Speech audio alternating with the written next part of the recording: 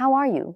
I'm Lile, and I want to talk about a pretty big topic: how to appreciate beauty and how to create a beautiful life, and what the relationship between life and art is. These three seemingly grand and complex questions are actually closely related to our daily lives. Some people might think, oh, art is so far away from me. We're all about the basics of life like rice, oil, salt, soy sauce, vinegar, and tea. But the feeling and understanding of beauty are actually all around us. So, beauty is definitely important. It's connected to every breath we take in our lives. Some want identical faces. Why? It's about beauty. Why are these seen as beautiful? Many haven't thought about it.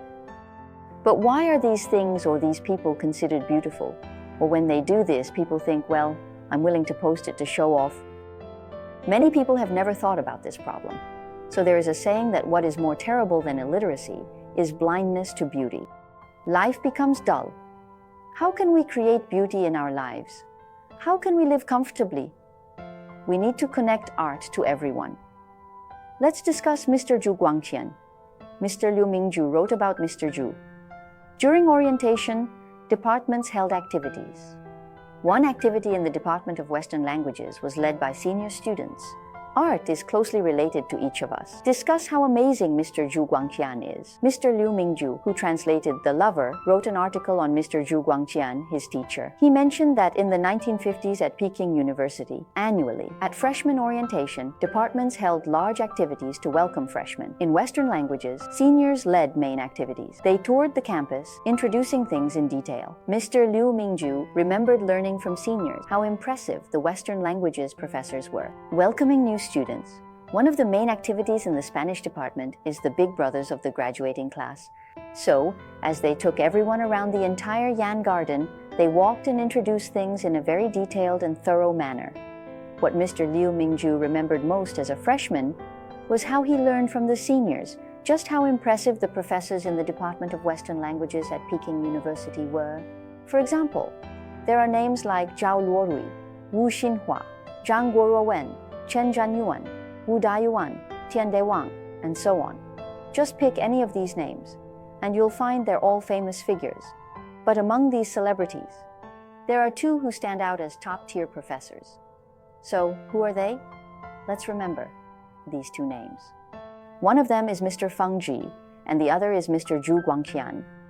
During Mr. Liu Mingzhu's years at Peking University, Mr. Feng Ji was the head of their department, so everyone often got to see him, but it was quite rare to meet Mr. Zhu Guangqian. The faculty and students only get together a few times a year, and Mr. Zhu rarely attends.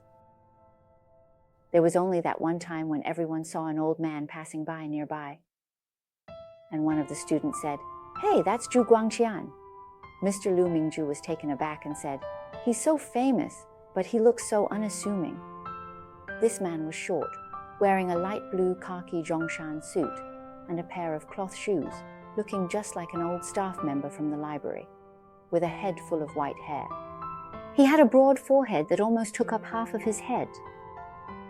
He walked steadily, exuding an air of seriousness and solemnity. So this is Mr. Zhu Guangqian. Mr. Zhu was from Tongcheng Anhui, which is known for producing talented individuals. He studied at the University of Edinburgh, the University of London, the University of Paris, and the University of Strasbourg in 1925. Just look at those prestigious names. It sounds like he was a top student. He earned both a master's and a doctoral degree, and was fluent in French, English, German, and Russian. In 1933, Mr. Zhu Guangqian returned to China and taught at Peking University. He was a renowned aesthetician, literary theorist, educator, and translator. His works include The Psychology of Tragedy, The Psychology of Literature, and On Beauty. Well, works such as The History of Western Aesthetics are still bestsellers today and have made significant contributions to the development of Chinese aesthetics and literary theory. He translated Plato's Dialogues on Art, Lessing's Lao Kuan, Eckermann's Conversations with Goethe, Hegel's Aesthetics, and Vico's New Science, among many others. These numerous Western classics, including some philosophical works were all brought to China by Mr. Zhu Guangqian. Mr. Zhu passed away in March 1986 in Beijing at the age of 89. When did he write on beauty? The year 1932 was a time of great anxiety. Why do I say that? Because China was in turmoil back then, facing both external invasions and internal strife, in a crisis for survival. So at that time, when talking about beauty, many people would say, "Why are you being so romantic and whimsical? Don't you realize that this is the most critical moment?" But Mr. Zhu Guangqian believed that the most urgent issue at hand was to talk about beauty, as beauty could save the human heart. So he wrote to the youth, saying that he firmly believed the troubles in Chinese society were not solely due to systemic issues, mostly because people's hearts are too corrupt. In Mr. Zhu Guangqian's view, the corruption of the human spirit lies in its unbearable vulgarity. So why is it vulgar? Because everyone puts themselves first, only considering their own interests and chasing after personal fame and fortune, leaving the future of the country and the nation behind.